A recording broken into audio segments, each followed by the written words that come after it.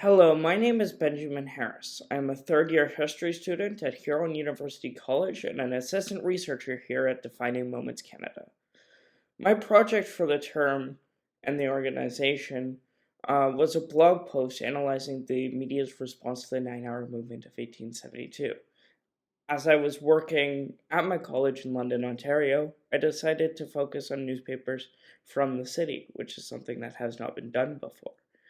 This video is not meant to repeat the information in the article, but rather to explain my research process in the archive, as well as showing you guys how I decided which articles to feature based on the story I planned out while I was in the archive.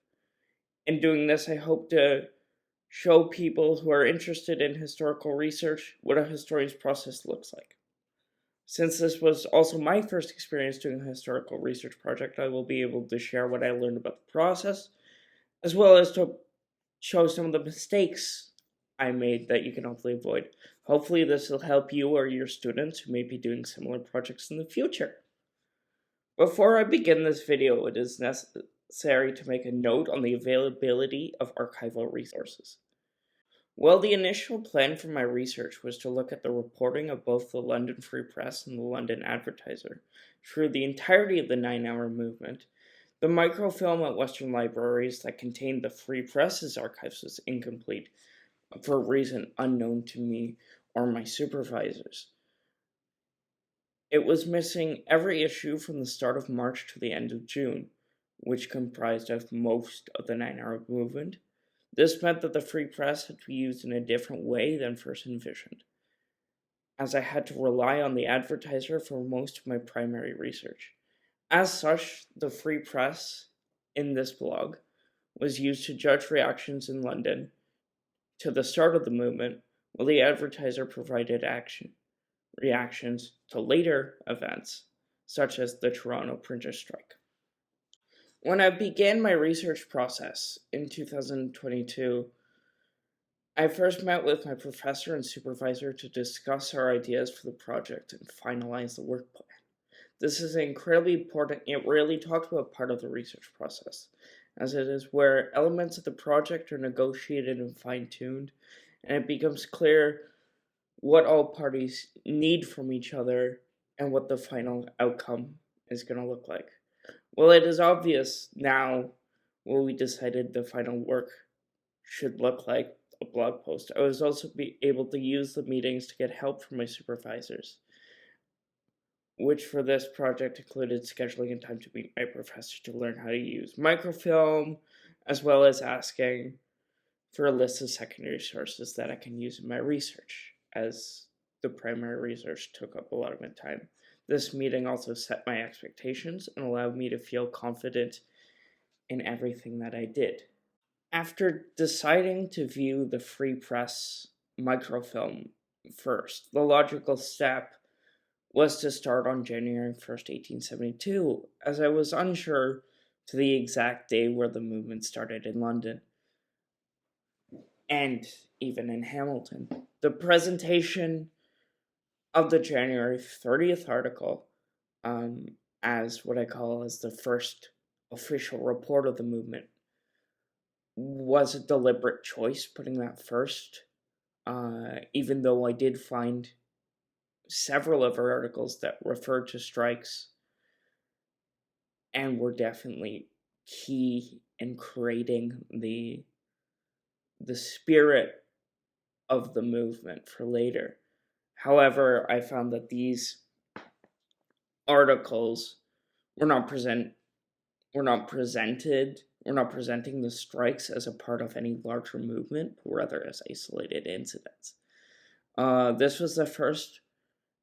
Omitting these from the several features that I did and the images that I put was the first major curatorial decision I had to make, because while these articles were important to my study of the 9-hour movement, the limited number of articles that I was allowed to feature meant that these did not rank in importance. The strikes were also not discussed in enough detail by the Free Press to even have enough information to feature. However, due to their importance, I had to find a way to weave them into the other features without providing the text. And I do this curatorial decision multiple times, especially for the extremely short articles and headlines that informed my process but were way too short to add.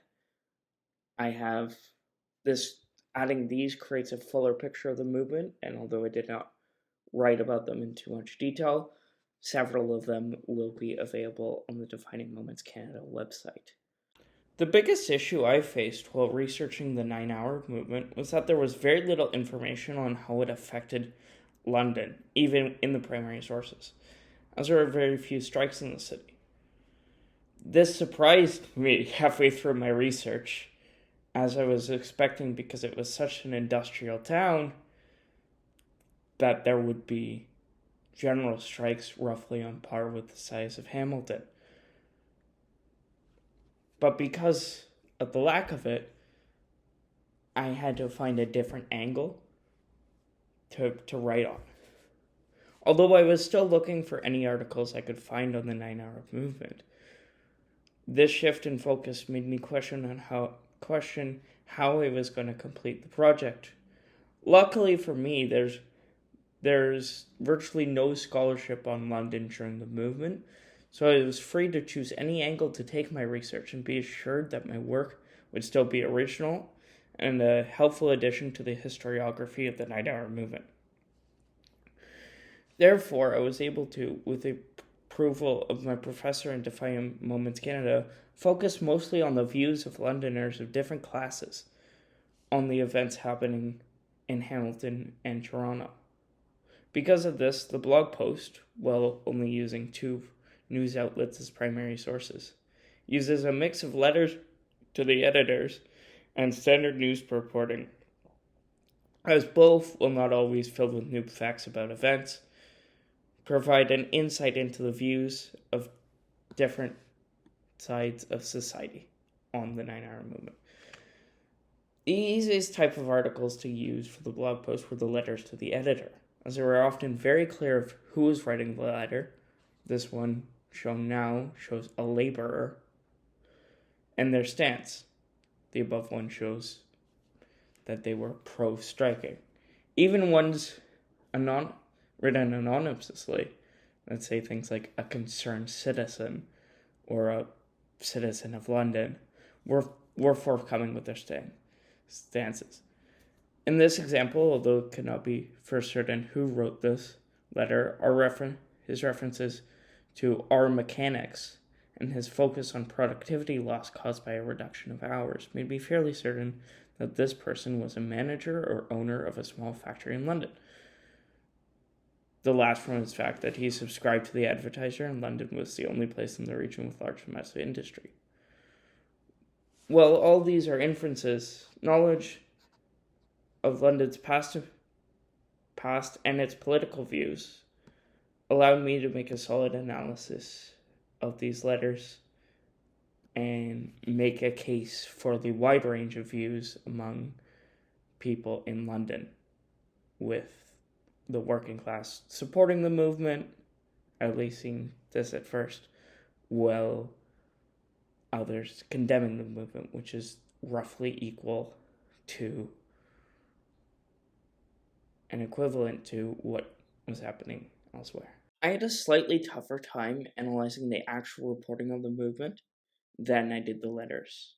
I immediately noticed, however, that both the London Advertiser and the London Free Press believed that these stories on the movement were important due to the amount of coverage they were receiving, but I was unsure why at first, as there was less contextual information in the articles than the letters, as both papers did not publish the authors of these articles like they did in the letters, and they attempted to write in a neutral, unbiased voice, although failing to do so. Therefore, it was impossible to make any conclusions about the views of these papers and their readership as a whole until they were viewed in context with other articles.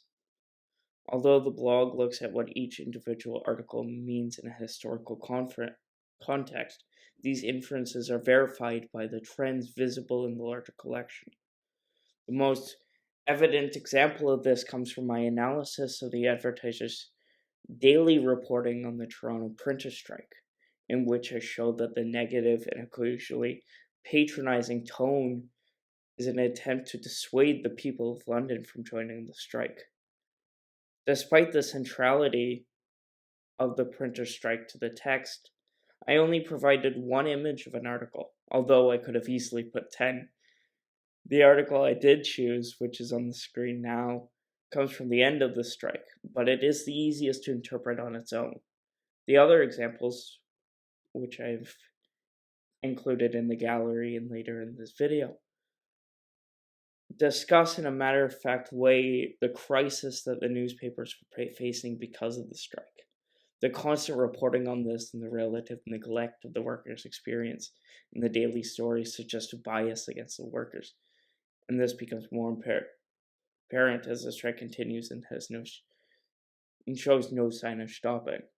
In choosing to highlight an article from the end of the strike, I hope to show the desperation of the advertiser to stop the protest from spreading to London, which is seen here by their blatant use of sexist tropes which emasculate the protesters. This also represents the peak of anti-9-hour sentiment.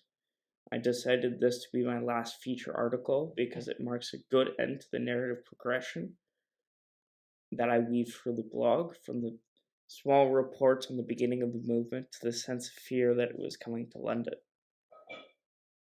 After this, I mentioned there was some worries about an 8-hour movement in New York, but I spent very little time on this because it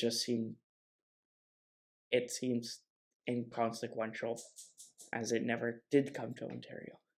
Despite the troubles with sources and many major curatorial decisions, I think this project is an accurate, new perspective on the 9-hour movement. However, as I have said, I could have taken this project in many different ways, and the topic of London and the 9-hour movement is far from exhausted.